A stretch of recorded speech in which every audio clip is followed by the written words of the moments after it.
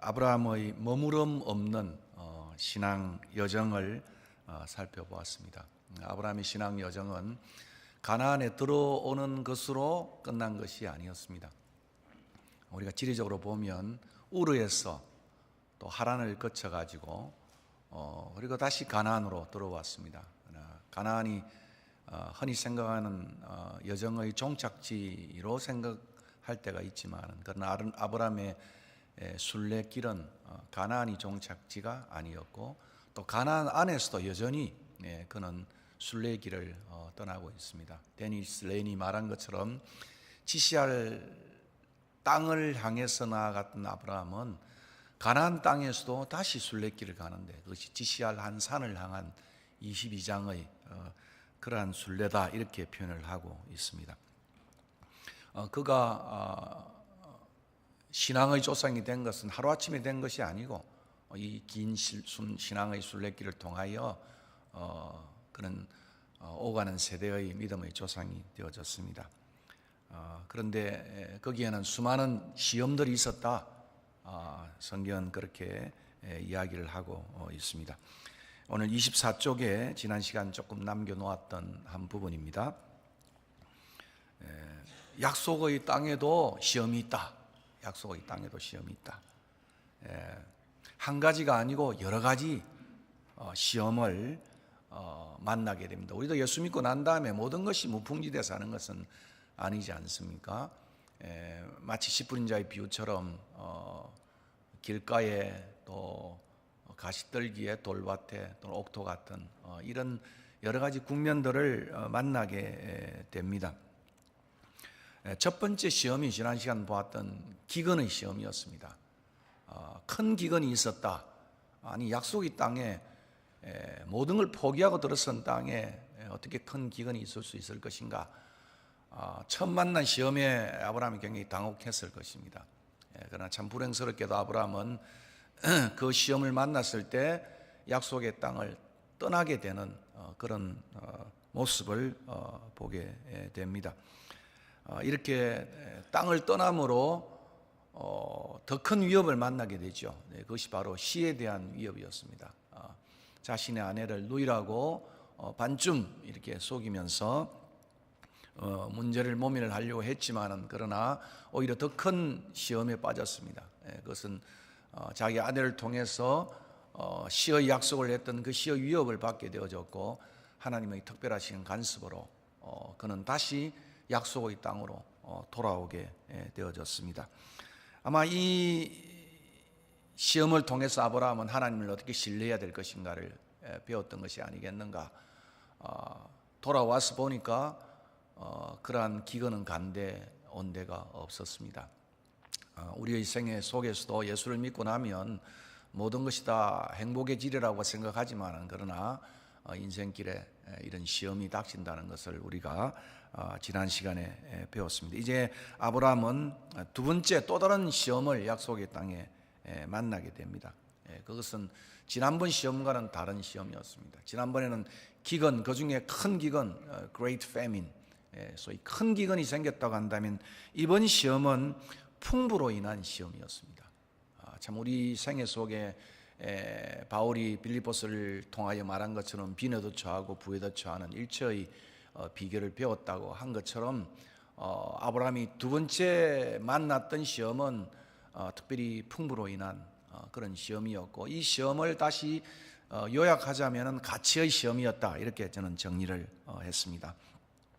3절부터 13장 5절부터 18절까지 내용을 제가 거기다가 기록해 놨는데 한번 읽으시면 좋을 것 같습니다. 아브라함이 일행 롯과 롯도 양과 소와 장막이 있으므로 그 땅이 그들이 동거하기에 넉넉하지 못하였다. 땅의 문제가 발생한 것이죠. 이는 그 문제의 핵심은 그들의 소유가 많아서 동거할 수 없었음이니라. 그러므로 아브라함의 가축의 목자와 롯의 가축의 목자가 서로 다투고, 또 가나안 사람과 브리스 사람도 그 땅에 거주하였는지라. 여러분 한번 성경을 읽을 때 이 창세기 기자가 어떻게 이 사건을 서술하고 있는가를 살펴보아야 할 것입니다. 그냥 사건을 내레이션으로 끝나는 것이 아니고 그 사건에 대한 항상 토를 달고 있습니다. 해설을 달고 있어요. 그러니까 항상 기자가 어떤 사건을 소개할 때 그것이 내레이션뿐 아니고 해설을 달고 있다는 거죠. 거기에 오늘 이 7절은 가나안 사람과 브릿 사람도 그 땅에 거주했다. 우리의 형제간의 싸움 속에 세상이 우리 주변에 있음을 관찰하고 있음을 보게 되는 그런 면이기도 한 것입니다.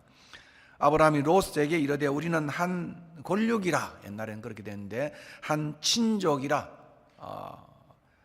나나 너나 내 목자나 너의 목자나 서로 다투게 하지 말자. 너희 앞에 온 땅이 있지 아니하냐. 나를 떠나가라. 너가 좌하면 나는 우하고 너가 우하면 나는 좌하리라. 이에 롯이 눈을 들어 요단 지역을 바라본즉 소알까지, 그의 눈에 비친 가치겠죠. 온 땅에 물이 넉넉하니 여호와께서 소돔과 고모라를 멸하시기 전이었으므로. 참 이 장세기 기자가 이 기사를 소개하면서 소돔 고모라의 그 멸망의 사건을 함께 암시하고 있는 것도 참 흥미로운 그런 기록인 것 같습니다. 그런데 그의 눈에는 이 기자의 속에는 여호와의 동산 같고 낙원 같았다는 것입니다. 그리고 그가 잠시 내려갔던 그 풍부의 애굽 땅과 같았다고 소개를 하고 있습니다. 그러므로 롯이 요단 온 지역을 택하고, 반도 아니고 눈에 들어오는 대로 온 지역을 택하고 동으로 옮기니, 참 이 동쪽의 이야기가 참 언급을 되고 있습니다.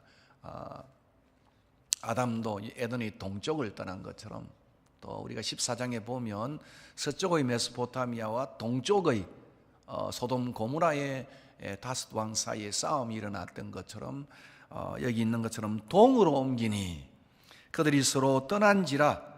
아브라함은 가나안 땅에 거주하였고 롯은 그 지역의 도시들에 머무르며 그 장막을 옮겨, 기자는 소돔까지 이르렀다. 물이 넉넉한 그러한 들판을 택해서 갔는데 그 가치의 그 나아가는 것들이 소돔까지 이르렀다. 이렇게 기자는 표현하고 있습니다. 그런데 마지막 참 이 장세기 기자의 그 토가, 해설이 흥미롭게 나타나고 있습니다. 소돔 사람은 여호와 앞에 악하며 큰 죄인이었더라. 그가 택한 그 물 좋은 목초지가 풍요로운 그 들을 택해 갔지만은, 그러나 그것은 소돔에 가까운 것이었고 악이 관영한, 그의 눈에는 악이 가치가 없는, 세상 가치에만 있는 그런 것이었다라고 장세기 기자는 토를 달고 있다는 거예요. 그러니까 여러분들이 이런 성경을 읽을 때 사건을 장세기 기자가 어떻게 내레이션, 서술하고 있는 것인가. 지난 시간 제가 마가복음을 강의할 때 그 이야기를 조금 했습니다만은 이 스토리와 디스코스를 잘 구분해서 이 사건을 어떻게 내레이션하고 어떻게 해설해 가는가를 볼 때 거기에 이제 저자의 의도가, 성경의 의도가 나타나는 그런 것입니다. 소돔 사람은 여호와 앞에 악하며 큰 죄인이었더라. 그러니까 악과 죄에 대한 그런 관심이 롯의 눈에는 없었다. 그렇게 말할 수 있습니다. 결국 기근을 통하여 애굽으로 내려간 아브라함은 특별하신 간섭으로, 제가 지난 시간 말씀드린 것처럼 다시 가나안 약속의 땅으로 돌아왔습니다. 그런데 앞서 말씀드린 것처럼 또 다른 큰 문제가 생겼는데, 풍부로 인한, 번영으로 인한 그러한 문제였습니다. 그래서 다툼이 생겼다. 아마 교회도 마찬가지겠죠. 개척교회보다는 큰 교회가 되고 기득권이 많으면은 그때부터 이제 교회 안에 싸움이 일어나는 것과 마찬가지로, 물 좋은 곳에서 전쟁이 일어나는 것과 마찬가지 않습니까? 중동의 전쟁도 물이 좋은, 기름이 좋은 그런 곳에서 일어나는 것처럼 세상사는 그렇게 진행이 되고 있습니다. 그것이 바로 5절과 7절에 있던 내용입니다. 아마 여러분들이 조금 묵상할 필요가 있는 그런 내용이겠죠. 흔히 우리가 생각할 때는 빈곤할 때가 문제지만은 사실에 더 큰 문제는 풍부로 인한 문제라고 생각을 합니다. 아마 여러분의 이민생활 속에서도 참 어려울 때는 가족들이 잘 똘똘 뭉치지만, 그러나 풍요해지면 특별히 다시 후에 이민 온 형제들 사이에 갈등이, 빈곤의 차이로 인해서 갈등들이 나타나는 모습들을 봅니다. 오히려 풍부로 인할 때 망가지는 경우가 참 많은 것 같습니다. 번영과 풍부로 인해서 인생과 사회가 쉽게 망가집니다. 다윗도 태평성대 때 그가 유혹에 빠졌던 것을, 전쟁의 사람이었지만은 또 태평성대를 누리고 궁궐 위에서 바라보면서 소위 말하면 탐심이 생겼던, 또 이웃의 아내를 취했던 음욕과 또 권력에 대한 것들이 나타났던 것들을 우리는 알고 있습니다. 그 아들 솔로몬도 처음 열왕기상 3장에 어린 아이로 왕위를 계승했을 때는 일천번제를 드리는 기도의 사람이었지만은 풍부가 되어졌을 때 그는 수많은 이제 축첩과 우상 숭배에 빠져 있으며 국가는 반토막으로 쪼개지는 그러한 슬픈 비극의 역사를 우리는 알고 있습니다. 결국 이 풍부는, 이 번영은 우리에게 참된 가치가 무엇인지를 알려주는 그런 훌륭한 삶의 모습이 되는 것입니다. 아마 IMF도 그런 모습이 아니겠나. 지금의 한국의 그러한 위기도 그런 것이 아니겠는가. 싸움이 많은, 교회 안의 싸움, 또 정당의 싸움, 많은 싸움들이 가난보다는 풍부로 인해서 오는, 또 빈부의 격차로 인해서 오는 그런 것들이 오늘 우리 시대의 모습인 것입니다. 이런 풍부를 통해서 과연 우리의 진정한 영성이 어디 있는가? 참된 true spirituality, 오늘 뭐 한국 사람들이 한국말로 또 번역한 것처럼 레알 영성, 참된 영성, 그것을 보게 하는 그런 내용입니다. 과연 우리의 영성이 거품적인 영성인가? 투마치 이제 버블라이즈 되어진 영성인가? 참된 영성이 무엇인가 하는 것은 풍부할 때 드러난다 이 말입니다. 그러니까 그 사람이 진정한 신앙의 사람인지는 돈을 주고 또 여자를 주고 권력을 주어졌을 때 성과 권력과 물질 속에서 어떻게 행동하는가 하는 것이 영성의 참된 모습을 우리가 찾아볼 수 있는 것처럼 마찬가지의 내용인 것입니다. 한마디로 물질주의적 가치와 행동 양식에 물들어 있는 그 땅에서, 이 땅에서 우리가 가장 경계할 시험은 바로 value에 대한, 가치에 대한 시험인 것입니다. 돈이면 뭐든지 하는 세상, 또 고도의 경쟁사회 속에서 올바른 신앙의 가치를 따라 행동할 수 있을 것인가? 이것이 바로 오늘 우리의 순례길의 아브라함과 롯을 통해서 배워야 할 그런 내용이 분명한 것입니다. 최근에 효리의 민박집에서 상당히 5.8%에서 6%까지 종방으로서는 굉장히 큰 출발이었죠. 참 4년 동안 저렇게 빈둥빈둥 먹고 놀 수 있을 것인가, 참 부러워하는 젊은 세대가 많았을 것입니다. 결국 돈이 있으니까 효리는 뭐 자기는 돈밖에 없다, 이제 그렇게까지 이야기를 하는데, 돈이 있으니까 4년간 빈둥빈둥 먹고 살아도 되는 그런 사람 모습을 오늘 젊은 세대가 어떻게 보는지는 모르겠어요. 참 우리 시대의 뭐 여러 가지를 생각해 보는 효리의 컴백은 또 색다른 또 의미를 던져주는 그런 모습인 것입니다. 그러나 오늘 아브라함은 기근때와는 달리 풍부에 찬 상황 속에서는 쫄장부의 모습과는 달리 자기 아내를 누이라고 그렇게 하면서 자기 안전만을 정말 이기적인 나의 안전을 위해서 추구했던, 그래서 지난 시간 보았던 나를 그 나 중심의 에고센트릭한 모습을 보았던 모습과는 달리 지금 이 풍부의 상황 속에서는 정말 아름다운 선택을 하고 있는 모습을 봅니다. 롯과는 달리 아브라함은 세상 가치에 민감하기보다는 하나님의 관점에서 이런 위기를, 시험을 극복하고 있는 모습을 봅니다. 롯의 눈에 비친 것과 아브라함이 바라보는 눈, 이것은 참 다른 것 같아요. 눈을 들어서 온 들을 택한 그러한 롯과 하나님이 보여주시는, 그래서 이 아브라함의 생애에 가장 중요한 동사 하나가 있다고 한다면 라아라고 하는, 본다, to see라고 하는 것입니다. 그러니까 롯이 보지만은 그것은 세상의 가치를 따라서 세상의 눈으로 눈을 들어보는 것이라고 한다면은, 그러나 아브라함 너무 하나님이 보여주는, 너가 보라, 하나님이 보여주는, 그래서 나중 22장에 가서는 모리야라고 하는 하나님이 보여주시는 곳이고, 여호와 이레, 하나님이 준비하셨다, 또는 하나님이 나타나셨다, 하나님이 has been seen 이렇게도 표현할 수 있겠고, 또는 이제 하나님이 provider, 준비했다, 그 안에 다 어근이 있는데 그것이 라아라고 하는, 본다라고 하는 동사입니다. 그러니까 철저히 아브라함은 그의 생애를 하나님이 보여주시는, 그 하나님의 관점에서 아브라함이 세상을 바라보고 인간관계를 바라보고 가치를 바라보았다고 한다면, 롯은 자기가 보는, 세상의 가치를 통해 자기가 보는 그런 점에서 이 라아라고 하는 이 동사가 확연하게 달라지는 모습을 우리는 구약을 통해서 읽어보게 되는 것입니다.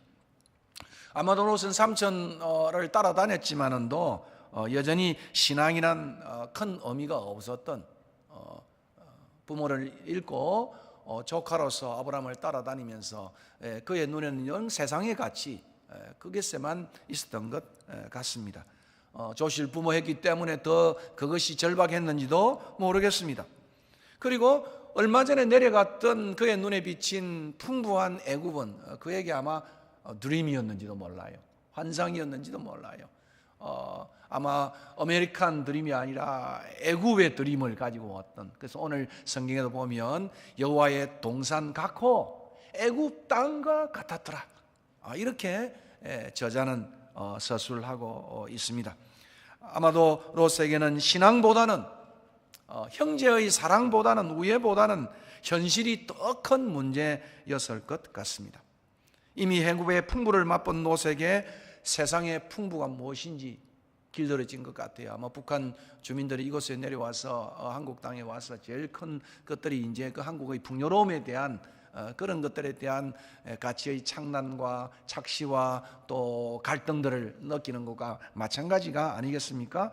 결국 우리는 이 사건을 통해서 신앙인이 이 땅에 살면서 어떤 가치 판단과 어떤 행동 양식을 취해야 하는지를 교훈을 받게 됩니다. 그런데 아브라함의 선택은, 아브라함의 제안은, 아브라함의 행동은 참 아름다운 행동이었습니다. 그래서 어느 성경학자가, 잔슨이라는 학자가 지적한 것처럼 이 13장 1절에서 이미 그 주제를 표현하고 있다, 그렇게 말하고 있습니다. 아브라함이 애굽으로 나올 새 그와 그 아내와 모든 소유며 롯과 함께하여 남방으로 올라갔다. 그 기록에 아브라함과, 여기 나와 있는 것처럼 아브라함과 롯 사이에 소유가 끼어 있는, 여기 잘 보십시오. 그와 그 아내와 그리고 그 사이에 모든 소유와 롯이 함께했다. 그래서 인간관계 속에서 이 소위 말하면 돈의 문제가, 소유의 문제가 끼어 있을 때 어떤 갈등이 일어날 것인가를 암시해 준다고 그렇게 지적을 하고 있습니다.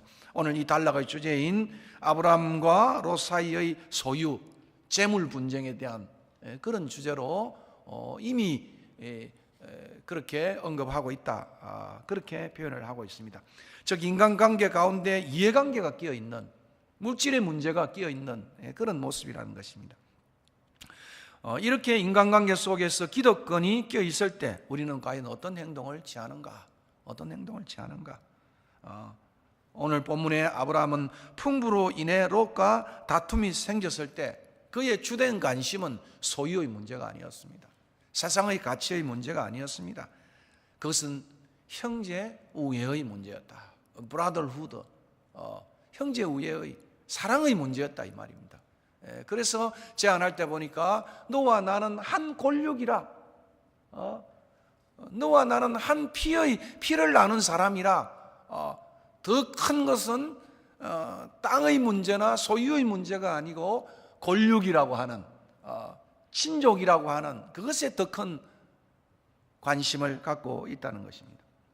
아브라함의 이러한 가치 판단은 아마 앞서 사건을 통해서 신앙의 연단을 통해서 배웠던 것인지도 모르겠습니다.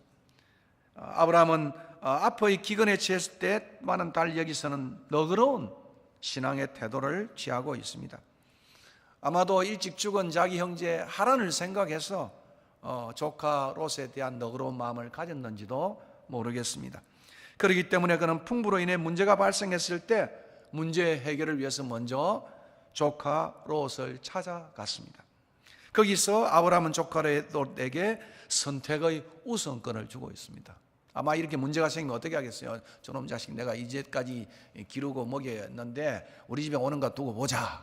아마 이렇게 기다렸을지도 몰라요. 그러나 아브라함은 먼저 이런 문제가 생겼을 때 먼저 찾아가서 제안을 하는 모습을 봅니다. 요즘 야당과 여당 사이에도 지금 줄다리를 하고 있지 않습니까? 대통령의 소위 사과문을 읽기도 하고 그렇게 해서 대통령이 그렇게 요구할 수 있겠는가? 굴복이란 말이냐 아니냐 이런 사이에 참 정쟁이 더 악화되어져 가고 하는 그런 모습을 바라봅니다. 아브라함은 오늘 여기서 이런 문제가 생겼을 때 먼저 조카 롯을 찾아갔습니다. 내려갔어요. 그리고 너그러운 양보의 선택권을 롯에게 먼저 주고 있습니다. 아브라함이 롯에게 이르되 우리는 한 골육이라, 저 옛날 번역이에요. 지금 번역은 한 친척이라 이렇게 표현되어 있죠. 나나 너나 내 목자나 너의 목자나 서로 다투지 말자. 다툼은 있어서는 안 된다. 형제 간에 가장 중요한 그의 관심은 형제 사이에 다툼이 있어서는 안 된다. 교회 안에 다툼이 있어서는 안 된다. 아마 이것이 그가 가지고 있는 공동체 또는 친족 간의 가장 큰 관심거리였습니다. 그리고 너의 앞에 온 땅이 있지 아니하냐. 너가 좌하면 나는 우하고 너가 우하면 내가 좌하리라. 저는 이 본문의 말씀을 제가 과거에 설교하고 또 묵상하고 하면서 참 제 인생의 큰 하나의 이정표가 되어져 왔어요. 아브라함의 이 넉넉한 신앙이 내 삶에 비춰주는 길이 되어져 왔습니다. 그는 땅보다는 형제 우애, 다시 말해 우리는 한 골육이다, 우리는 한 뼈다귀다, 우리는 한 피로 되어진 것이다. 오늘 교회도 그렇지 않습니까? 바울이 늘 말하는 것처럼 피로 나는 형제다. 바울이 분쟁이 있을 적마다 늘 그의 표현 가운데 우리는 한 피로 되어진, 그리스도의 피로 되어진 소위 그런 존재라 하는 것을 여러분이 바울이 로마서를 읽을 때나 다른 것을 읽을 때나 항상 거기에다가 포칼라에 초점화시키는 것을 바라봐요. 오늘 아브라함도 마찬가지의 모습을 바라봅니다. 황금 만능주의 사회를 살아가는 우리에게 바로 이 정말 권력이라고 하는 것, 교회는 피로 나는 형제라고 하는 것, 이것이 참 큰 그러한 가치의 기준이 되어야 된다는 것입니다. 성도 간에도 이해관계로 인해 문제가 생길 때 가장 먼저 생각해야 할 기본적인 전제가 있다면 바울이 말한 그대로 다툼의 대상이 되는 상대방 신자가 하나님께서 피로 값주고 산 형제다. 이것이 고린전서서나 또는 다른 바울 서신으로서 분쟁의 본문 속에서 나타난 바울의 권면의 핵심인 것입니다. 우리 주변은 돈 때문에 형제회를 버리는 사람, 돈 때문에 부부관계를 버리는 사람, 돈 때문에 부자관계를 끊는 사람, 돈 때문에 친구관계를 버리는 사람, 돈 때문에 사람을 죽이는 사람, 돈과 명예와 권력 때문에 자기가 속한 집단을 차버리고 절세처럼 떠다니는 정치인들을 우리는 만나게 됩니다. 돈이 인간의 존엄과 가치, 형제 우애, 사랑보다 더 중요하게 여기는 시대 속에, 만문 시대 속에 살고 있는 것입니다. 뭐니 해도 머니가 제일이다. 돈이 최고의 가치를 가지고 있는, 제 어머니도 그러더라고요. 우스갯소리로 나이가 들면 짝대기가 필요한데 그게 바로 돈이다. 돈이 짝대기다. 돈이 있어야 손자들에게도 뭐도 주고 그러지 않습니까? 우스갯소리로 그렇게 살아계실 때 한 이야기를 기억을 합니다. 이방 가나안 땅에서 이민자로 살아가는 사람들에게 땅은, 특별히 유목민들에게 땅은 대단히 중요한 것이었습니다. 그러므로 땅에 대한 다툼이 생겼을 때 대단히 민감한 사항이 아닐 수가 없었습니다. 이런 상황 속에서 아브라함은 땅보다는 형제 우애를 먼저 생각하는 그러한 모습은 아마 우리의 순례길에 또 이민자의 생활 속에 또 후대로 우리의 친척들을 또 불러들여서 또 같이 살고자 하는 그런 마음을 가지고 온 이후에 참 생각해 보아야 할 그런 내용인 것 같습니다. 돈이면 뭐든지 다 하는 세상에 돈보다도 형제 우애를 먼저 생각하기란 결코 쉬운 일은 아니었습니다. 그러나 아브라함은 땅보다도 소유보다도 형제 우애를 먼저 택하고 있는 것을 봅니다. 그런데 제가 앞서 말씀드린 것처럼 이런 다툼에, 형제 간의 다툼에, 공동체 간의 다툼 속에 7절 후반절에 제 관찰은 그렇습니다. 가나안 사람과 브릿 사람도 그 땅에 거하였는지라. 왜 이걸 기자가 표현했을까? 우리 싸움 속에 늘 세상이 관찰하고 있다. 주변에 세상 사람들이 있다. 그렇게 말하는 같은 그러한 생각을 해보았습니다. 결국 아브라함은 유목민에게 좋지 않은 가나안의 언덕에 머물고 헤브론에 있는 마므레 상수리 수풀에 이르러서 여호와 앞에 단을 쌓는, 그의 가장 핵심은 영성이었고 예배였고 하나님을 경배하는 것이었다는 것을 18절이 우리에게 보여주고 있습니다. 그의 가장 큰 가치는 형제 우애였고 그리고 하나님과의 교제였음을 본문은 우리에게 소개하고 있다는 말씀입니다. 오늘 본문의 마무리 상수리 수풀로 옮겨 거기서 단을 쌓았더라. 가슴 치고 이 나쁜 새끼 이렇게 욕하지 아니하고 그의 늘 그 기결은 하나님을 최고의 가치로 두는 그런 모습을 보게 된다는 것입니다. 한마디로 아브라함이 추구한 가치는 세상의 번영과 풍부가 아니라 형제의 우애와 사랑이었고 하나님께 대한 하나님과의 교제, 예배였다는 것을 우리는 만나게 됩니다.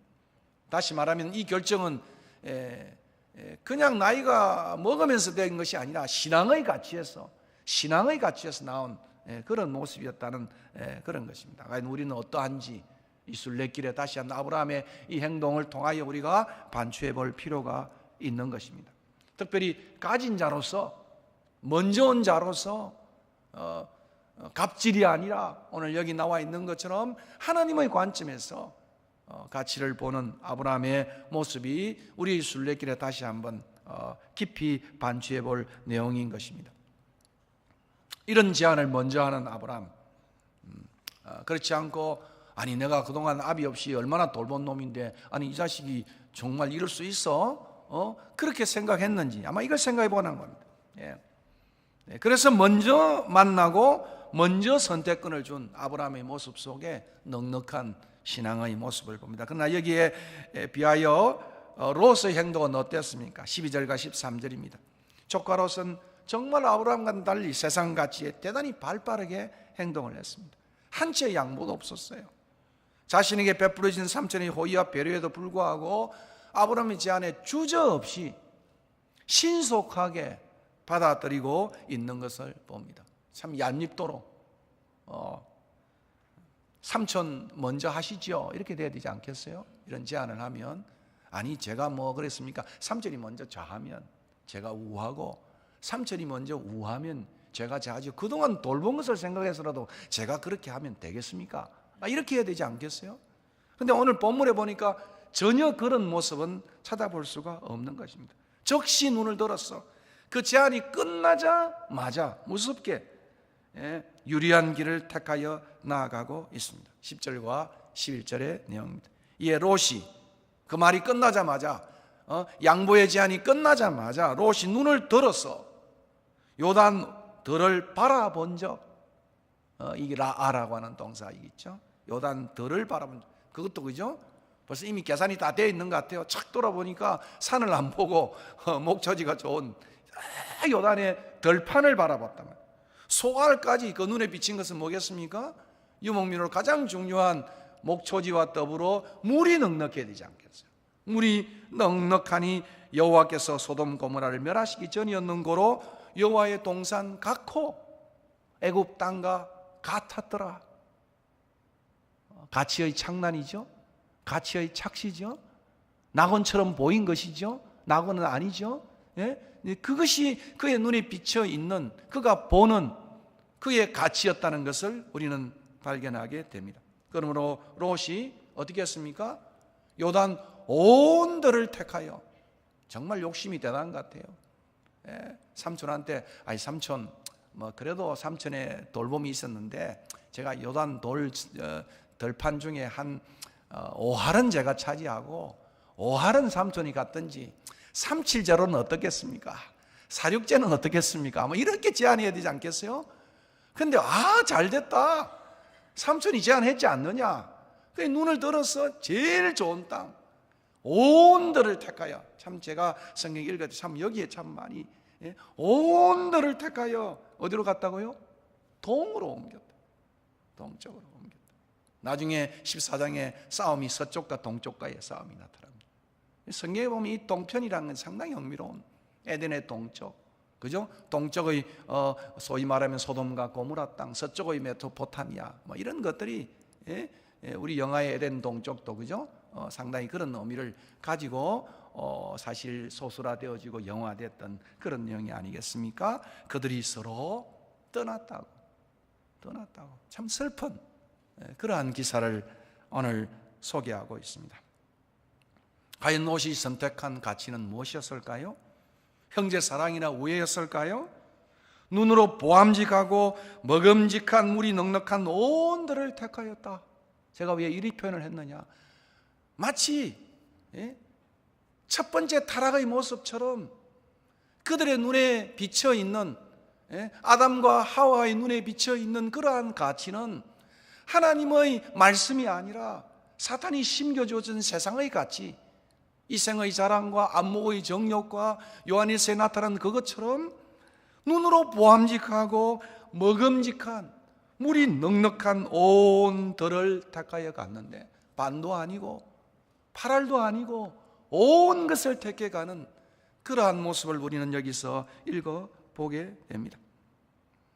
유목민에게 들판은 황량한 언덕보다는 더 가치 있는 땅이었어요. 들판 중에도 물이 넉넉한 땅은 더 가치 있는 땅이었습니다. 그러니까 얼마나 그런 가치에 길들여져 있는 롯인 것을 보게 됩니다. 그런데 이런 선택한 가치가 어떤 가치였는가를 제가 앞서서 성경 구절을 읽으면서 토를 달았던 것처럼 오늘 창세기 기자는 토를 달고 있다는 것입니다. 넌저시 보여주고 있는 거예요.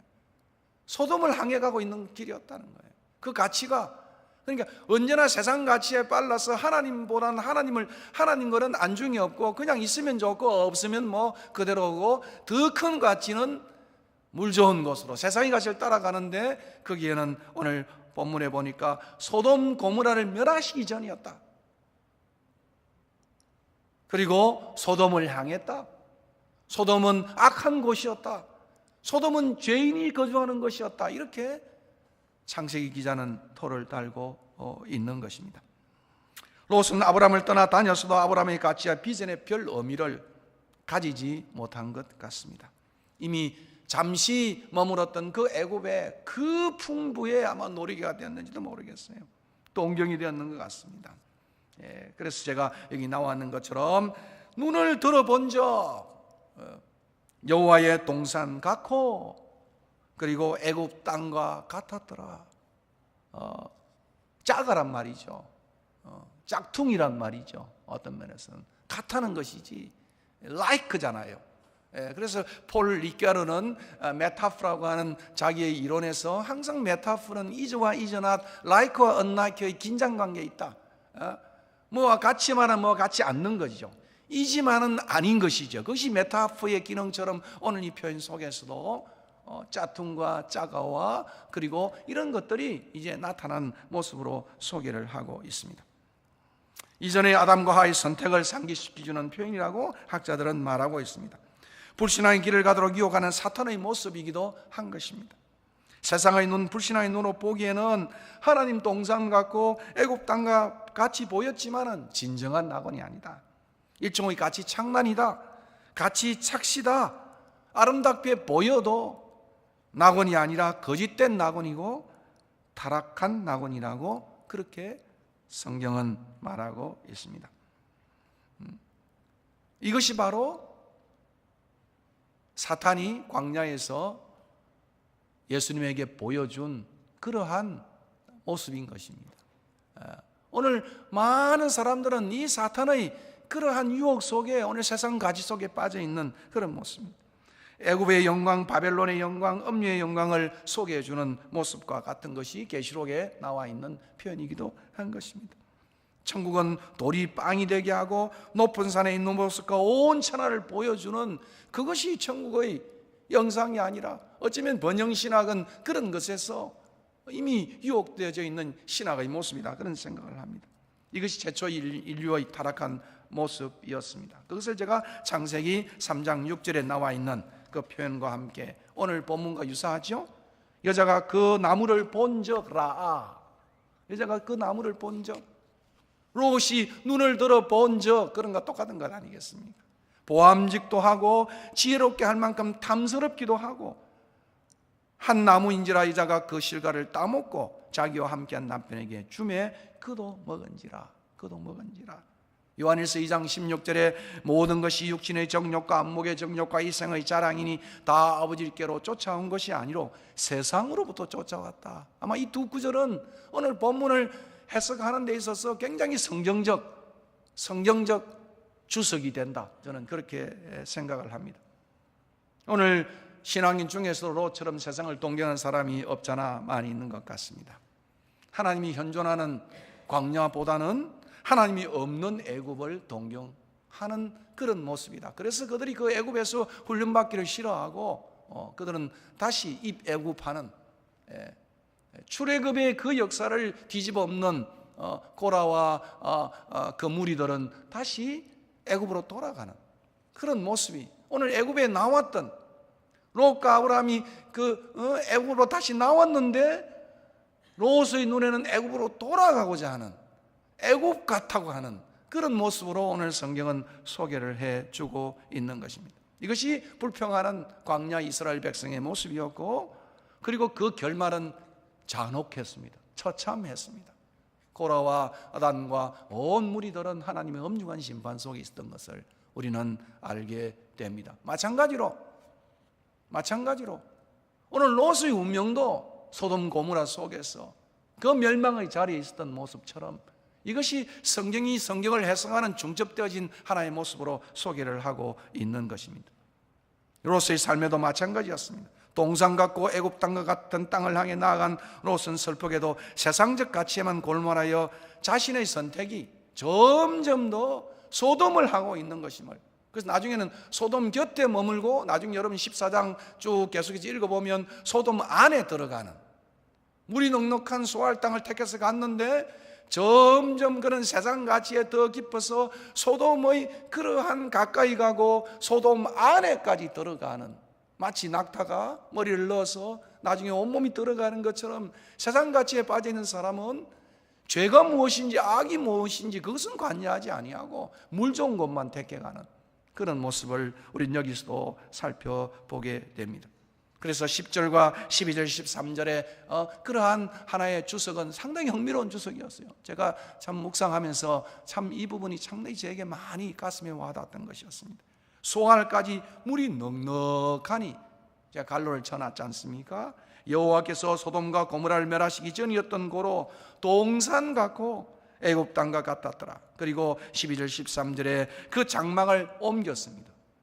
역시 세상 가치가 좋으면 계속해서 옮겨 다니는 거예요.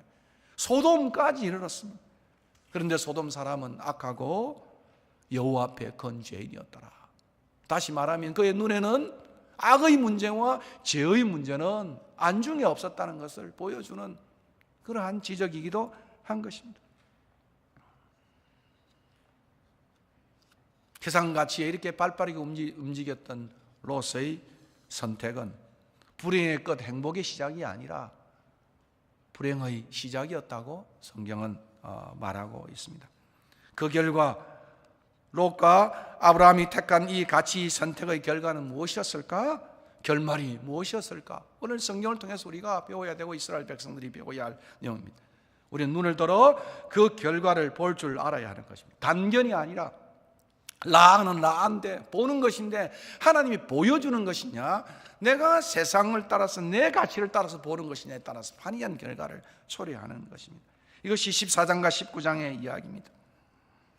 진정한 가치의 중심이었던 하나님은 없고, 신앙은 없고, 예배는 없고, 형제 사랑은 없고, 세상적 풍부와 번영은 소돔을 향하는 많음과 넉넉함에 있었던 것을 보게 됩니다. 그래서 제가 앞서 설명한 것처럼 소돔에 살면서 전쟁에 시달리고 세속에 시달리고 심판의 자리에 고통을 받는 롯의 모습을 우리는 발견하게 됩니다. 그러나 형제 우애를 더 중시 여기고 하나님을 더 중시 여겼던 아브라함은 어떻게 되어졌습니까? 14절과 18절에 하나님이 출현과 함께 다시 약속이 주어지고 있는 모습을 봅니다.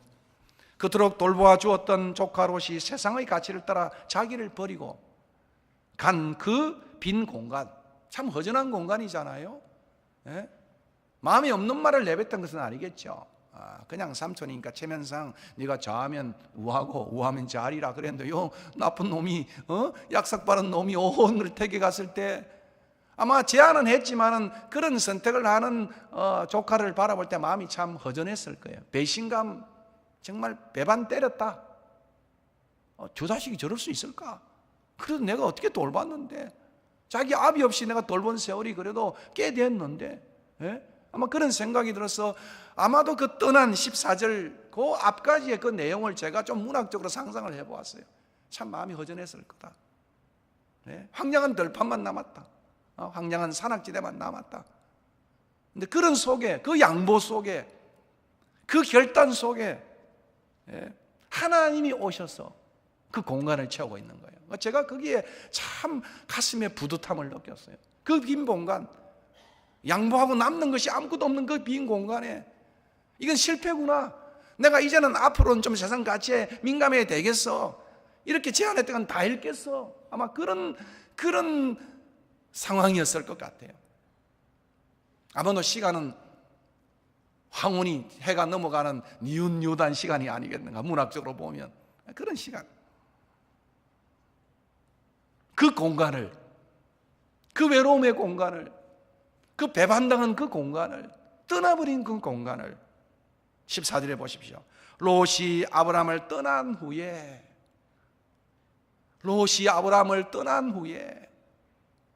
그때 그거를 여러분 상상해 보라고요. 하나의 이미지네이션을 해보라고요. 그때 그 마음을, 심리 상태를, 그죠? 그 다음에 뭐라고 표현하고 있습니까? 여호와께서 아브라함에게 이르시되가 아니고 나타나셨어. 제가 거기다 넣었습니다. 여호와께서 그 빈 공간에, 그 외로움의 공간에, 그 배반당한 그 공간에 여호와께서 그 공간을 채웠다. 드라마를 보면, 그죠? 그 황량하고 배반당하고 처절한 그 가슴 속에 여호와가 찾아오셨다. 그리고 이러시되, 여호와께서 아브라함이 배반당한 버림받은 그 시간, 그 텅 빈 불모의 그러한 공간, 물이 넉넉한 요단 들판이 아니라 산지 가나안 땅에 나타나셔서 놀라운 약속을 주고 있습니다. 아브라함이 언덕에서 동서남북을 바라보는 땅을 모두 주시겠다고 하시며 자손을 땅의 티끌같이 많이 주시라고 약속하고 있습니다. 하나님이 보여주는 바로 그러한 비전의 약속을 우리에게, 아브라함에게 주고 있는 것입니다. 땅의 약속에 이은 자손의 약속은 영구적 번영을 의미하는 것입니다. 아무리 큰 땅을 주어도 자손이 없으면 그 세대로 끝나지만은 땅과 자손의 축복이 함께 갈 때 그것이 바로 영원한 기업이 되는 것입니다. 그래서 항상 축복은 땅의 축복과 시의 축복이 같이 가는 것입니다. 여러분, 룻기를 읽어보면 땅의 그러한 불모와 시의 불모가, 베런 랜드와 베런 워먼이 같이 겹쳐 있는 참 비극적인 사사시대의 마지막이었어요. 신명기가 말하는 것처럼 하나님 말씀을 불순종함으로 그 땅이 축복을 받는 것이 아니라 정말 기근과 엄청난 베런한 황량한 땅으로, 불모의 땅으로, 결실치 못한 땅으로 되어지고, 시도 마찬가지에 그런 모습처럼 그것이 사사시대의 마지막 룻기의 이야기지 않습니까? 그러나 진정한 축복은 땅과 시가 겹쳐져 있을 때 그 축복이 아마 여러분도 여기서 잘 읽었지만은 자손이 번성하지 못하면 한 세대 끝나지 않겠어요? 그죠? 바로 그런 모습이다 이 말입니다. 아무리 큰 땅이 주어도 자손이 없다면 소용이 없는 거예요. 제가 사우스 아프리카에 있을 때 보니까 그 사우스 아프리카 유대인들이 큰 땅에 한이 전 사람들 아니겠습니까? 가지고 있는데 자손들은 얼마나 많이 넘는지 모르겠어요. 그래서 12명의 아들들이 그 땅을 다 기업 분배처럼 해가는 그러한 유대인 한 가족을 제가 아직도 기억을 하고 있습니다. 참 땅에 한이 들린, 땅에 그 유랑하고 방황했던 그 사람들이 어디를 가나? 그죠? 땅에 대한 욕심과 이런 것들을 보는 것 아니겠습니까? 우리는 어떤 가치에 살고 있는가? 우리의 신앙의 순례길은 어떤 가치 속에 살고 있는가? 아마 이것을 보여주는 그런 모습 같습니다. 눈으로 보기에는 물이 넉넉하여 여호와 동산 같고 애굽 땅과 같이 보여도 죄악이 간영한 곳이라고 한다면 우리는 어떤 선택을 해야 하는 것입니까? 물이 넉넉한 곳이지만은 죄악이 만연한 곳이라고 한다면 하나님 동산 같고 애굽 땅과 같지만은 진리가 없고 부도덕한 곳이라고 한다면 결국 거기를 따라가면 롯처럼 멸망의 자리에 소돔까지 이르게 된다고 성경은 경고하고 있습니다. 그러므로 우리는 아브라함의 선택을 유의하면서 세상 가치보다 형제 우애를 하나님이 피로 값주고 산 공동체를 골육이라고 하는 그 속에서 양보의 미덕을 보이며 하나님이 그의 편이 되어주는, 하나님이 그의 인생의 넉넉함이 되어주는, 하나님의 넉넉함이냐 세상의 물이 넉넉함이냐, 이것을 약속의 넉넉함이냐 세상 가치의 넉넉함이냐, 세상 가치의 넉넉하면 죄악의 넉넉함이 되어지는 것인데 그 속에 우리는 어떤 판단을 해야 될 것인가? 그리고 그의 가장 중요한 것은 하나님과의 교제요 예배였다는 사실을 본문은 말하고 있습니다. 그리고 15장 2절에 아브라함에게 나타나셔서 나는 너의 방패요 상급이니라.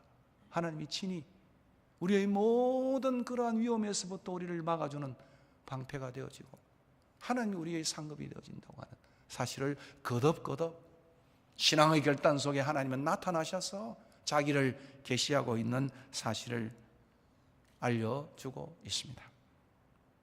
제가 이 강의를 시작하면서 또 이 책을 저술하는 그런 속에서 아브라함의 생애를 철저하게 히브리서 기자의 눈으로 살펴봤지 않습니까? 이는 그가 하나님의 경영하시고 하나님이 매니저하고 하나님이 플랜을 세우고 하나님이 컨스트럭트하는 그러한 성을 바랬다고. 견고한 성이죠. 무너지지 않는 성이죠. 하나님의 도성이죠. 보이지 않는 성이죠. 그것이 그의 가슴 속에 있었다고 히브리서 기자는 소개하고 있는 것을 봅니다. 이 가치가 우리의 신앙의 여정에도 함께 하기를 진정으로 축원합니다. 오늘 이제 세 번째 시험은 사랑과 충성의 시험이었습니다. 오늘 사랑과 충성의 시험 요거 마치고 쉬었다가 그 다음에 이제 5, 6, 7로 나아가도록 그렇게 하겠습니다. 세 번째 시험은 무엇이었는가? 이어져가는 내용이죠. 그것은 인간관계에 대한 시험이었습니다. 인간관계에 대한 시험이었습니다. 물론 이 인간관계에 대한 시험은 환경과 함께 어우러지는 것입니다. 환경과 밀접하게 연관이 되어져 있습니다. 땅과 사람과의 문제는 상호 깊이 연관되어져 있다. 우리 사는 인생사 속에서는 아브라함에게도 예외가 아니었습니다. 기근으로 인해서 자기 아내와의 관계가 참 틀어지는, 자기 아내를 누이라고 속이는, 반쯤 속이는 자손의 위험에 처하게 되죠. 풍부로 인해서 자기의 종들과 롯의 종들 사이에 다툼이 일어났지 않겠습니까? 이제 그 땅에 오늘 14장에 보니까 전쟁이 일어났습니다. 참 우연한 전쟁 같지만은, 그러나 창세기 기자는 이 롯의 선택과 배반의 그 기사 다음에 왜 이 전쟁 기사를 소개하고 있을까? 저는 참 이 말씀을 묵상하면서 많은 주석을 살펴보았지만 그렇게 큰 해결의 실마리가 없었어요. 근데 어느 날 보는데 아주 몇 가지가 참 아주 아브라함의 이 기사를 장세 기자가 이런 것으로 지금 연결해 가고 있는가 하는 그러한 큰 깨우침을 받았습니다. 이것이 바로 14장의 내용이에요. 정말 유일한 골육인 조카 롯이 위험에 처하게 되어졌습니다. 이런 상황에 아브라함은 어떤 행동을 취하고 있습니까? 자기를 배반하고 그 땅에 기름진 부분을, 그것도 온들을 택하여 양보 없이 택하여 자기를 떠난 조카 롯을 아브라함은 어떻게 대하고 있는가? 마지막에 보니까 서로 떠났다. 결국 환경으로 인해서 인간관계에 어려움이 생길 때 하나님의 뜻대로 부르심을 받은 신자는 세상 사람들과는 다른 행동을 취하게 되는 것입니다. 그것은 바로 넉넉한 신앙 행동, 사랑과 희생적 형제 속에, 형제 우애가, 그가 택한 형제 우애가 그냥 플라스틱 형제 우애는 아니었습니다. 플라토닉한 것은 아니었어요. 삶에서 끝까지 돌보는 충성스러운 신실한 형제 사랑이었다는 것을 우리는 보게 됩니다. 하나님 사랑도 그렇지 않습니까? 자기 사람을 사랑하되 끝까지 요한복음 13장에 나와 있는 것을 사랑한 것처럼 하나님께서 변치 않는 언약을 지속적으로 성취한 것처럼 아브라함의 생애 이야기를 통해서, 특별히 야곱의 생애 이야기를 살펴보면 철저히 하나님 편에서 하나님이 간섭하시고 이루시는 약속의 하나님, 성취하시는 하나님을 발견하게 되어요. 그러니 아브라함의 하나님이고 이삭의 하나님이고 야곱의 하나님인 거예요. 오늘 모습도 바로 그런 모습을 우리가 여기서 읽게 되는 것입니다. 그 형제 사랑이 성숙함으로 그렇게 실천적으로 나타나고 있다 이 말입니다. 마치 지혜자가 철이 철을 날고르게 하는 것처럼, 사람이 그 친구의 얼굴을 빛나게 하는 말씀처럼 형제의 우애와 우정이 더 깊어져 가는 아브라함의 성숙한 모습을 이 전쟁의 기사 속에 우리는 읽게 되는 것입니다. 우리의 시련 속에 가장 어려운 시련이 뭐겠어요? 환경의 시련이겠어요? 인간관계의 시련이겠어요? 교회 안에서도 인간관계, 학교 안에서도 인간관계, 참 이 대인관계 오는 시련이 참 더 힘든 것 같습니다. 개혁은 혁명보다 어렵고 화해는 전쟁보다 힘들다. 개혁은 혁명보다 어렵고 화해는 전쟁보다 어려운 거예요. 전쟁은 그냥 총칼로 땡크로 밀어붙여서 그냥 끝내면 되는 건, 화해는 참 많은 인내가 필요해요. 교회 안에 분쟁이 생겼을 때 화해는 참 힘든 것 같아요.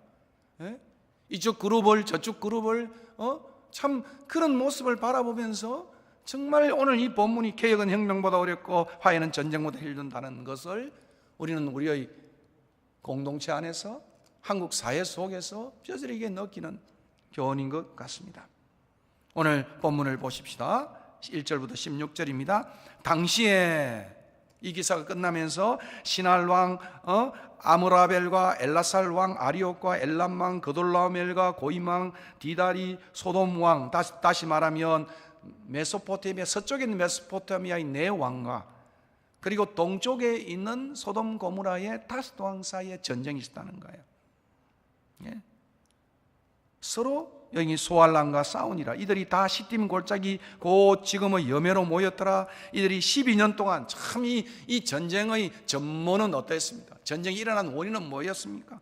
12년 동안 그돌라오멜을 섬기다가 소위 말하면 종주국처럼 되어진 거예요. 분봉왕처럼 되어진 거예요. 로마 제국하에 소위 말하면 유대가 헤롯이 분봉하게 되어진 것처럼 큰 나라 속에 속국이 되어져서 그들이 잘 돌보았다 이 말입니다. 제13년에 배반했다. 여러분, 이 기사가 마치 아브라함과 롯의 모습과 유사하지 않습니까? 저는 주석책에 이런 표현이 없지만 참 제가 읽으면서 문학적 그러한 상상을 통해 읽으면서 보니까 오랫동안 롯을 돌보았는데, 하란에서부터 돌보았는데 배반하여 소위 아브라함을 떠나간 그런 앞 사건의 모습과 오늘 서쪽의 이 메소포타미아의 네 왕이 동쪽의 다섯 땅을 잘 돌보아 12년 동안 돌보았는데 13년째 이 다섯 왕이 독립을 외치면서 떠나게 됐는 거예요. 그게 너무 괘씸해서 복수의 전쟁이잖아요. 복수의 전쟁이잖아요. 복수의 전쟁이잖아요. 제14년에 그도로아멜과 그와 함께한 왕들이 나와서 아스타롯, 가르나임에서 러바 족속을, 함에서 수스 족속을, 사대 기아렘에서 엠 족속을 치고 호리 족속을 그 산 세일에서 쳐서 광야 근방 엘바란까지 이르렀으며 그들이 돌이켜 엠미스밭 곧 가데스에 이르러 아멜렉 족속의 온 땅과 하사손 다말에 사는 아모리 족속을 친지라. 전쟁을 이어가는, 아마 세계 전쟁사의 최초의 전쟁사라 그렇게 말할 수 있겠죠. 소돔 왕과 고모라 왕과 아드마 왕과 스보임 왕과 벨라 고 소알 왕이 나와 시팀 골짜기에 그들과 전쟁하기에 진을 쳤더니 엘람 왕 그돌라멜과 고임 왕 디달과 시날 왕 아무라벨과 엘라살 왕 아리옥 네 왕이 곧 그 다섯 왕과 맞서니라.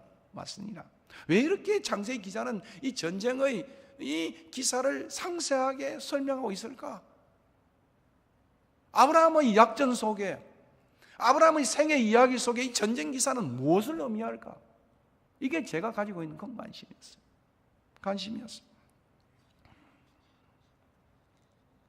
10절에 보니까 시딤 골짜기에는 역청구덩이가 많은지라 소돔 왕과 고모라 왕이 달아날 때 그들이 거기 빠지고 그 나머지는 산으로 도망한 패전했다는 거죠.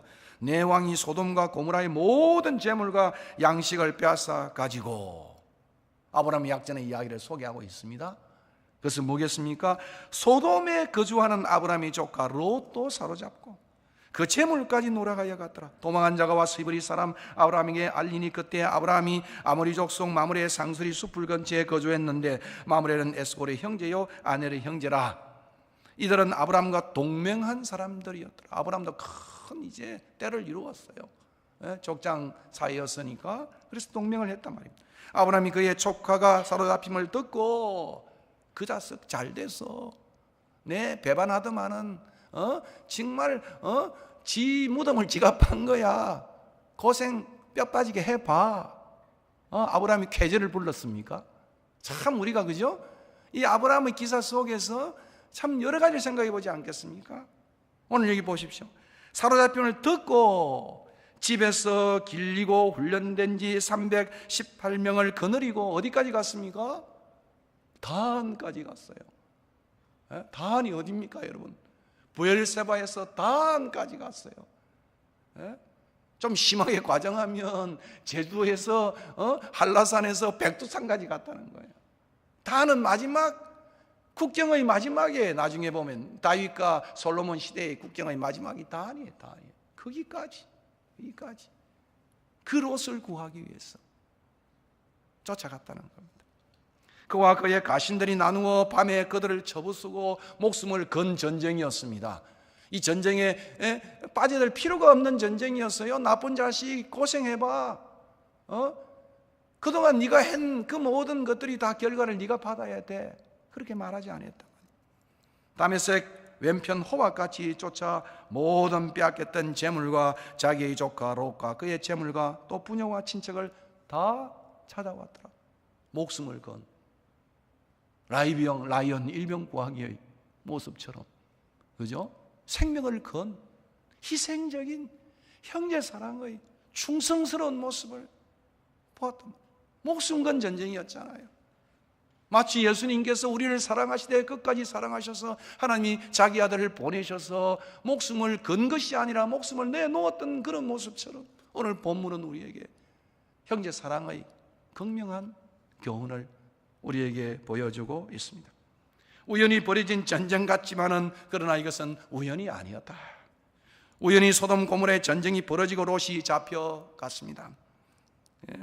세상 가치를 따라 소알까지 물이 넉넉한 요단 들편을 통하여 동쪽으로 내려갔지요. 믿는 자였지만 어려운 롯으로 성경은 부르고 있지만은 롯의 눈앞에는 앞서 말한 것처럼 세상의 가치만 있었지 형제의 우애나 죄악은 안중에 없었습니다. 하나님 보시기에 악이냐 죄냐가 문제가 아니라 물만 넉넉하면, 들판만 좋으면은 그의 인생은 그의 인생은 만족한 인생이었습니다. 그렇기 때문에 그는 요단 들판에만 머물 사람이 아니었습니다.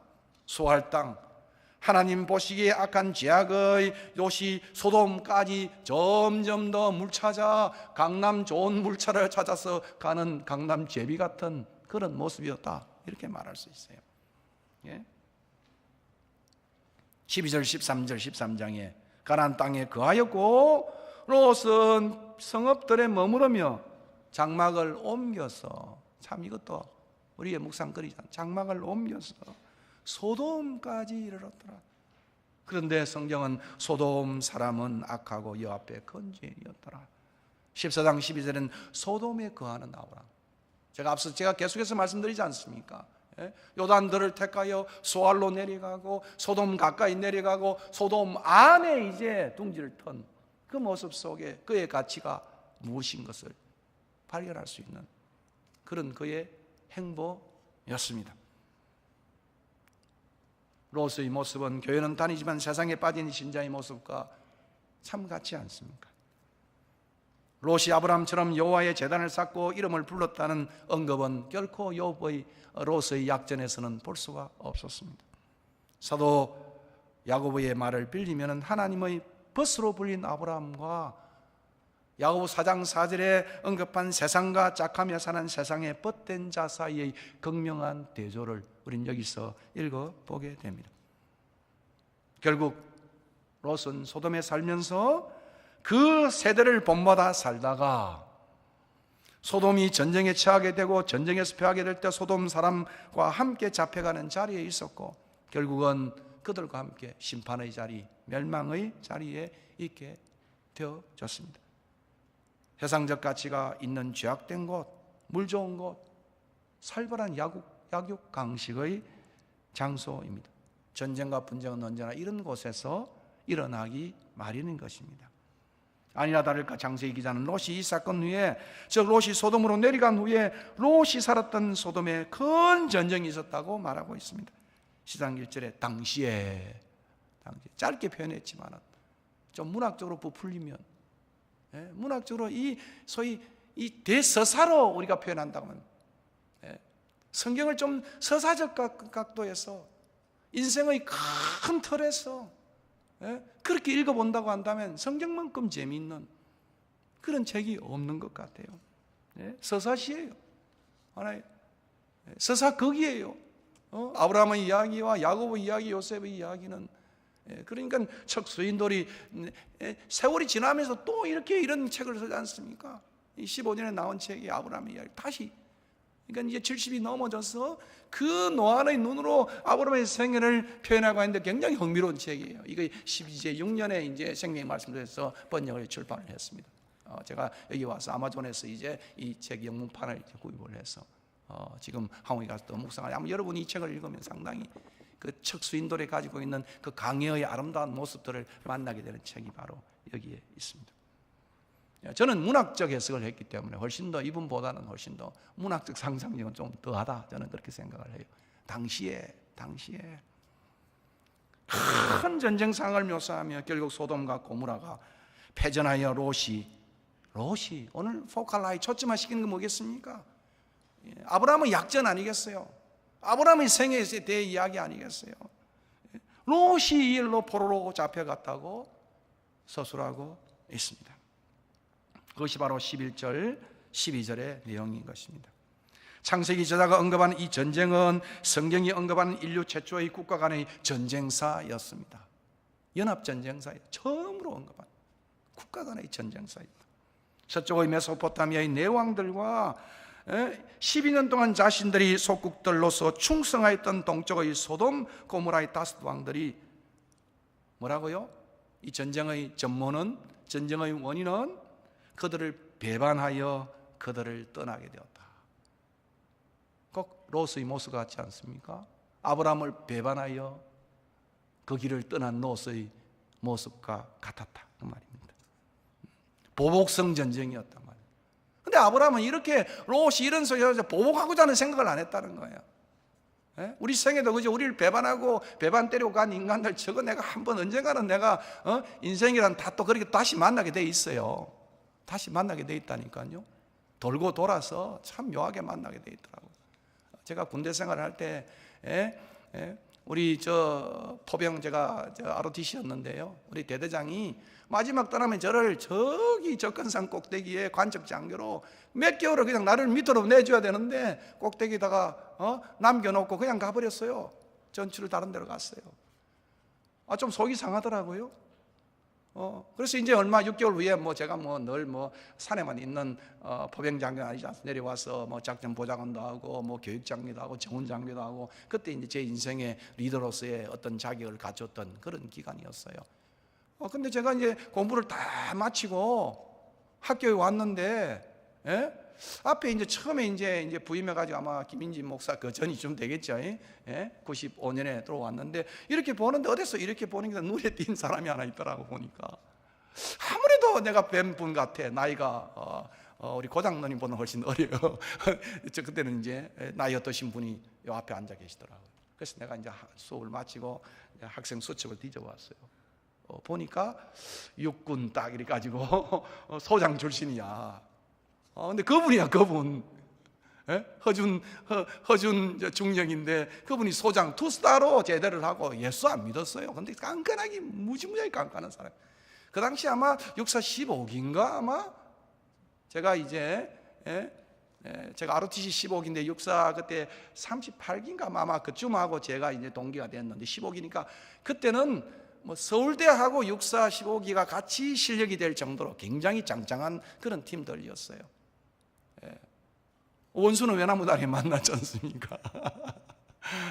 그래서 이제 만나서 제가 인사를 했습니다. 제가 그때 두로구 포병대대에 있는 소위 심상법 소위였습니다. 그러니까 그래. 그래서 제가 이제 인사하면 또 인사받고 먼저 인사하면 또 인사하시고 훗날에 불교 신자로 있다가 예수를 믿고 은혜를 받아서 신학교에 오셔가지고 연금을 받으시니까 돈 받지 아니하고 전방에 있는 여러 교회들을 순회하시면서 설교했던 그런 분이었습니다. 제가 왜 이야기를 하느냐 하면 참 인생에 그죠? 참 만날 때 다 만나는 것 같아요. 여기저기서 좁은 세상 속에서. 아브라함의 생애도 마찬가지였어요. 생애도 마찬가지였어요. 이런 일이 올 줄이야. 그놈 자식 잘 됐다. 아마 그렇게 생각인지 모르겠어요. 인생은 그렇지 않겠습니까? 삼촌을 떠나버리고 소돔에 살면서 뜻밖의 전쟁으로 인해 포로로 끌려간 롯의 이 운명은 소돔 고모라의 운명과 유사했습니다. 이게 제 해석이에요. 자신의 유익만을 위해 삼촌을 배반하고 가나안 땅을 떠나 독립하여 동쪽으로 소돔까지 내려간 롯의 모습은 전쟁 사건의 전모와 결말과 너무도 유사하다. 너무도 유사하다. 아마 이것이 장세기 기자의 기술의 이유였지 않을까?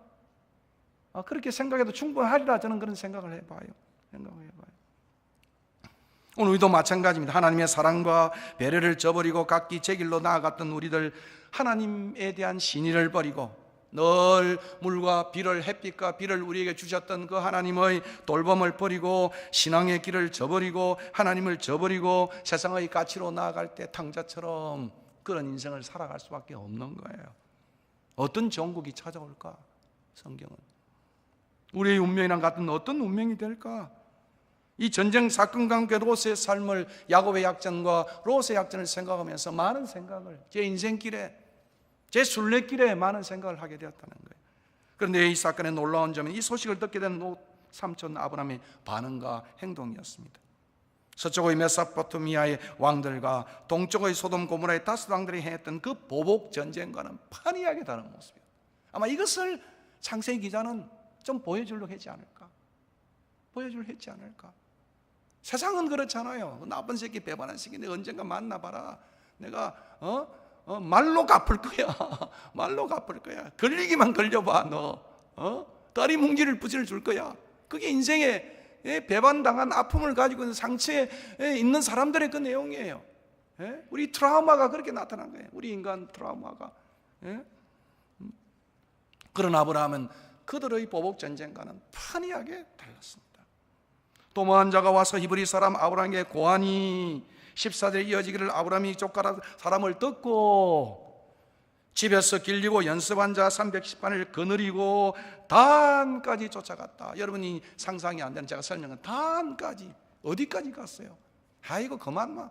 너무 멀리 갔다. 나도 할 만큼 했지 않느냐. 세상 사람 보기에 아브라함도 조카로서를 구하려고 갈 만큼 갔어. 근데 막 힘들어가 아니었습니다. 단까지 쫓아가서 그 가신을 나누고 밤을 타서 그들을 쳐서 파고 다메섹 잡힌 호바까지 쫓아가서 모든 빼앗겼던 재물과 자기 롯과 그 재물과 부녀와 인민을 다 찾아왔다고 성경은 기술하고 있습니다. 우리 같으면 어떻게 됐을까? 배반 때리고 간 그 인간에게 아마 제가 표현한 이 말들이 적절하지 않겠어요? 자식 잘 됐다. 내가 저를 어떻게 돌봐줬는데 버리고 가다니. 좋은 참한 물 좋은 땅을 다 택해서 내게 그래도 조금도 안 남기고 다 택해서 가더니 꼴 좋다 좋아. 저렇게 이기적으로 자신만 생각하더니 벌 받았구먼. 벌 받았구먼. 고생 좀 실컷 해야 돼. 욕 좀 봐. 예?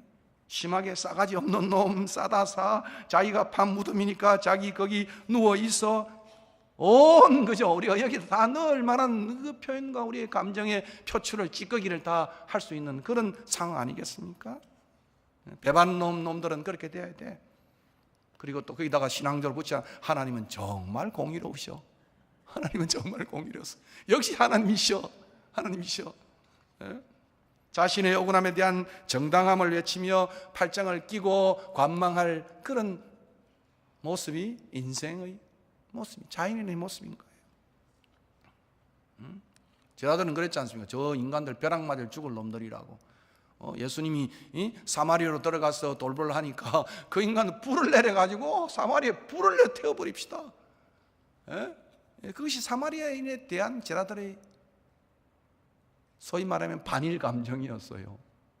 사마리아에 대한 감정이었어요. 그러니까 여러분 이제 사도행전을 읽어보면 그들은 불을 내려 사마리아를 태우고 싶었지만도 하나님은 사마리아 안에 불을 내렸는데 성령의 불을 내렸어요.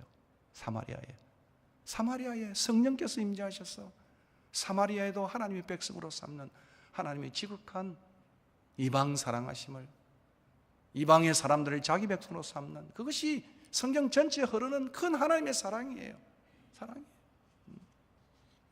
아브라함은 자신을 배반하고 동쪽으로 물 좋은 오온들을 택하여 떠나버린 롯에 대한 과거의 상처 때문에 분노와 서러움으로 반응하여 행동하지 않았습니다. 자신들을 배반하여 떠난 동쪽의 소돔과 고모라의 왕들에 대하여 노기와 복수심에 차 전쟁을 행한 서쪽의 엘람 왕 그돌라오멜과 동맹 왕들과는 딴판이었습니다. 이것이 제 묵상이에요. 참 제 가슴에 충격으로 우리 인생살이도, 저도 총신에 와서 정말 산전수전, 옛날에 제가 강의하면서도 그런 이야기를 좀 나눴습니다. 공중전, 우주전까지 당했어요. 2년간 해직을 당하고 아픔 속에서 이 설교가, 이 말씀이 저를 믿음의 자리로 한 걸음씩 인도했어요. 제가 그래서 아브라함의 이 기사를 오늘 하루 만에 또 몇 달 만에 준비한 기사가 아니에요. 그동안 참 아브라함의 기사는 제 인생에 큰 이정표를 남겼다. 내 인생의 변화를 줬는데, 저도 참 성질이 못된 게 많은데 하나님 내게 너그러운 마음을 주었어요. 참 하나님은 내보다 훨씬 더 자비로우신 분이에요. 저를 해직시키고 했던 그 사람들 바라보면 어떤 데는 그랬지 않습니까? 저 인간들 차 타고 가다가 자동차 사고 마다가 안 죽나 그런 생각도 해봤어요. 근데 하나님은 훨씬 더 내보다 인내하시고 제 아내가 저를 좋아하는 한 부분의 하나가 그 모든 것을 용서하고, 용서할 자격도 없지만도 품고 같이 일하는, 그것이 제가 배웠던 거예요. 내가 고난을 통해서 율례를 배우고, 고난은 나에게 슬픈 내가이지만 그 고난을 통해서 내가 조금씩 사람이 되어 가는데, 그 사람됨의 가장 중요한 하나의 그러한 메시지가 아브라함의 메시지였어요. 아브라함의 메시지였어요. 참 많이 울었어요. 이 말씀을 준비하면서. 그리고 설교하고 또 설교하고 따듬고 따듬어서 아마 이번에 이제 나오는 책 속에 더 연그러져서 나오는 내 인생의 한 줄기의 배움이었다. 이렇게 마주치고 그리고 깨우치고 뉘우치고 가르침을 받는 것이 인생이다. 그런 생각을 해왔습니다. 도망자로부터 소식을 들었던 아브라함은 세상 가치에 민감하여 자신에게 유리한 제안만을 택하여 자기를 떠난 조카 롯을 구하기 위해 목숨 걸고 전쟁에 뛰어들었습니다. 어떻게 보면 아브라함의 행동은 정말 어리석고 무모할 행동이었어요. 아니 이 지금 전쟁에, 대동아 전쟁에 뛰어들었다는 거 아닙니까? 대동아 전쟁에, 한국 전쟁이 아니고 대동아 전쟁에 뛰어들었다.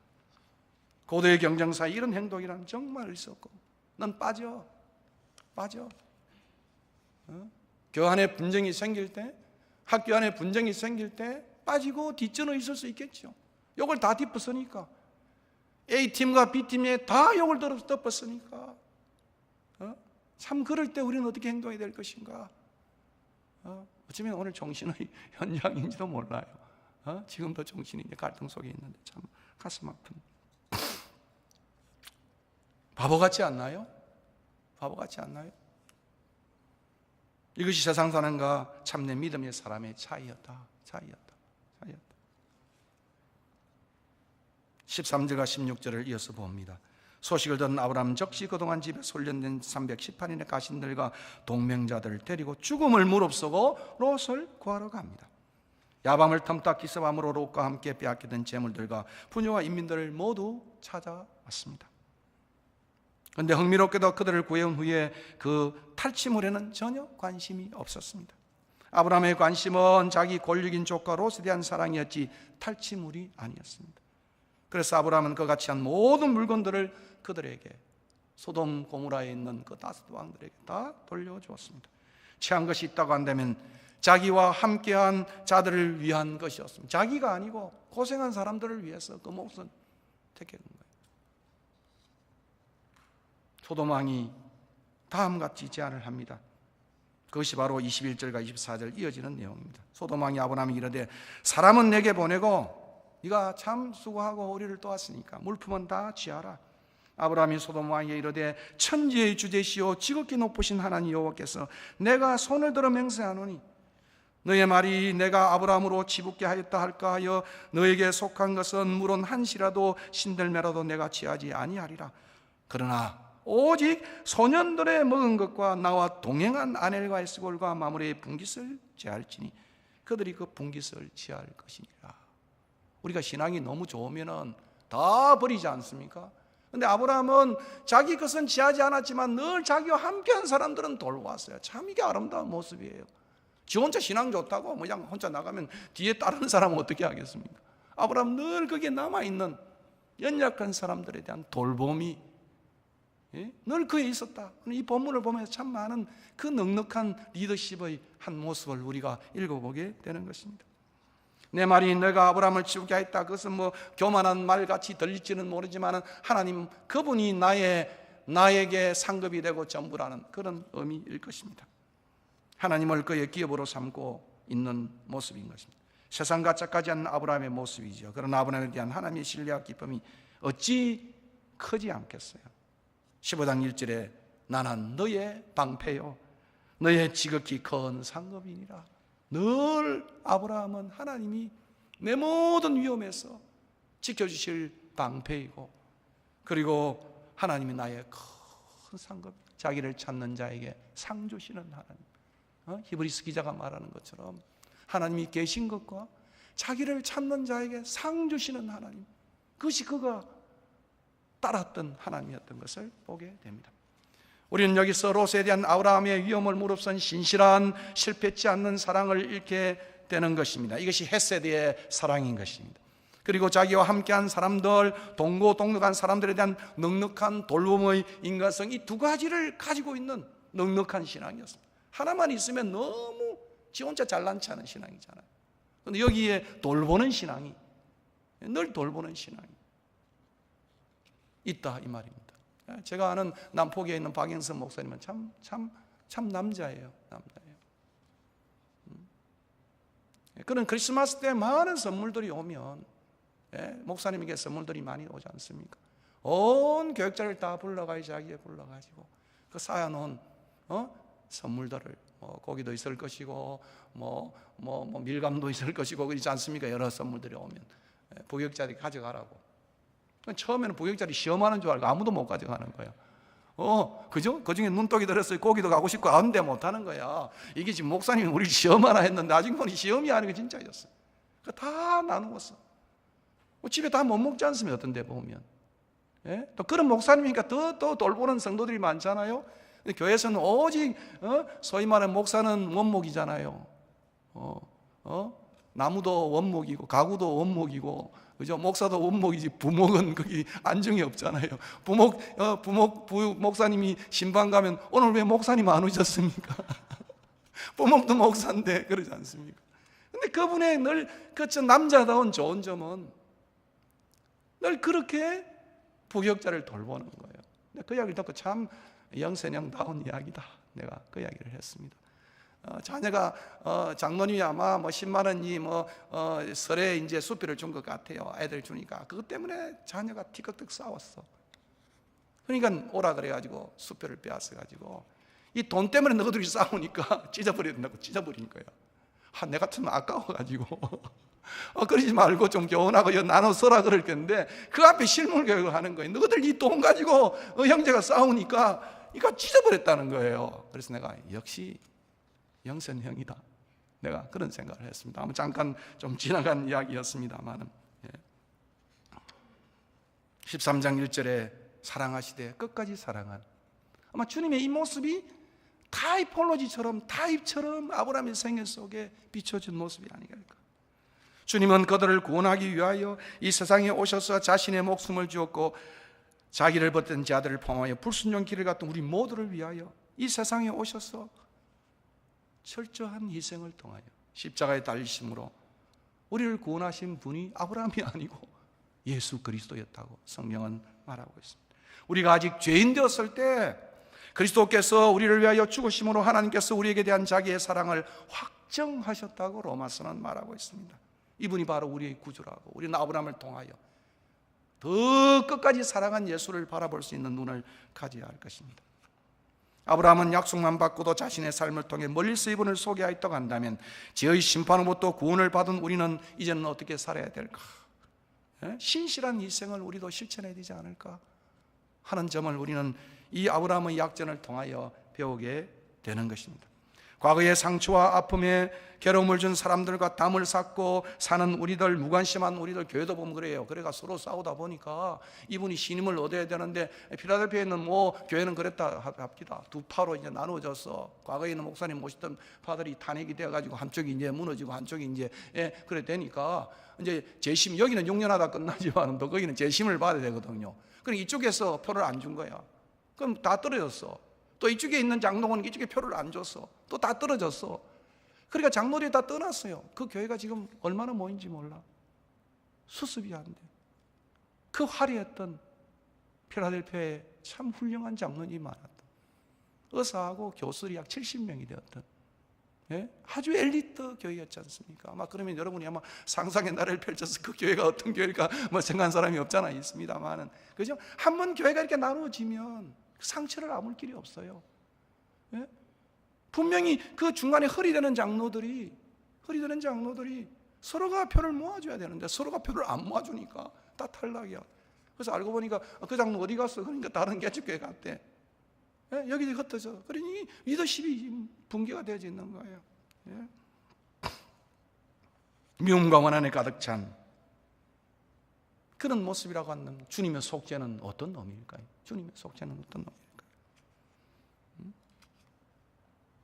이 희생적 충성의 모습은 후에 멸망의 자리에 있는 아브라함의 조카 롯을 위하여 그의 기도가, 중보의 기도가 깊어져가는 아브라함의 모습은 정말 우리 예수님의 모습을 닮은 중보자 예수의 모습을 보여주는 듯한 그런 착각을 하게 됩니다. 사람들의 눈에 아브라함이 장돌뱅이 히브리였지만은도 히브리 사람 아브라함 이렇게 13절에 표현하고 있죠. 그 사람들이. 그러나 그는 장돌뱅이가 아니었어요. 신앙의 멋쟁이였어요. 약속의 땅 가나안에서 멋쟁이 나그네와 우자였습니다. 주변에 있는 사람들이 다 그걸 보았던 거예요. 소돔왕이 보기에도, 그와 동맹자들이 보기에도, 롯이 보기에도 아브라함은 신앙의 부자였습니다. 넉넉한 신앙이 넉넉한 마음의 소유자였습니다. 이것이 넉넉하신 하나님의 사랑과 은혜의 하나님과 교제하는 자가 갖는 넉넉한 모습이 아니겠는가. 세상 가치에 휘말리지 아니하고 하나님을 의존하여 늘 여호와 이름을 부르고 여호와를 위하여 제단 쌓기에 힘쓴 영성의 발로였다, 결과였다. 이렇게 우리는 순례길에 자라가야 되는 거예요. 하나님 안에서 순례자로서 넉넉한 신앙의 모습으로 자라야 돼요. 세상은 이런 모습을 보고 싶어 하는 것입니다. 이런 하나님의 벗을 하나님은 찾고 있는 것입니다. 아브라함 같은 넉넉한 사랑과 마음과 행동을 가진 사람이었습니다. 자신만을 위하여 세상의 가치를 따라 살다가 세상과 함께 포로로 끌려간 세상에 벗된 놈과 하나님의 약속만을 의지하여 어려움에 처한 사람들을 끝까지 사랑으로 도와주는 신앙의 용사며 구원된 하나님의 벗인 아브라함, 이스라엘의 두 얼굴이었습니다. 신앙인의 두 얼굴이에요. 신앙인의 두 얼굴이 하나는 롯 같은 인물이 있고 하나는 아브라함 같은 인물이 있는 것입니다.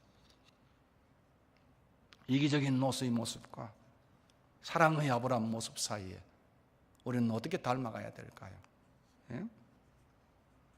신앙이 넉넉한, 마음이 넉넉한, 사랑이 넉넉한 아브라함의 모습은 물이 넉넉한 땅만 찾고 소가지는 좁은,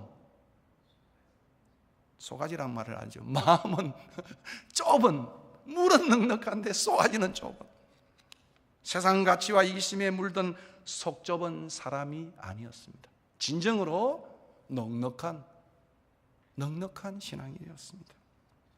이 모습은 내가 내 아우를 지키는 자이니까 외치던 가인의 이기적인 모습과도 판이하게 달랐습니다. 그는 세상 가치에 발빠르게 움직이며 자신을 돌보아줬던 아브라함을 떠난 롯과도 달랐고, 동맹을 파기하고 그들을 배반하고 떠난 동쪽의 왕들을 분노 가운데 징벌하기에 전쟁을 한 보복 전쟁을 서쪽의 네 왕들과도 달랐습니다.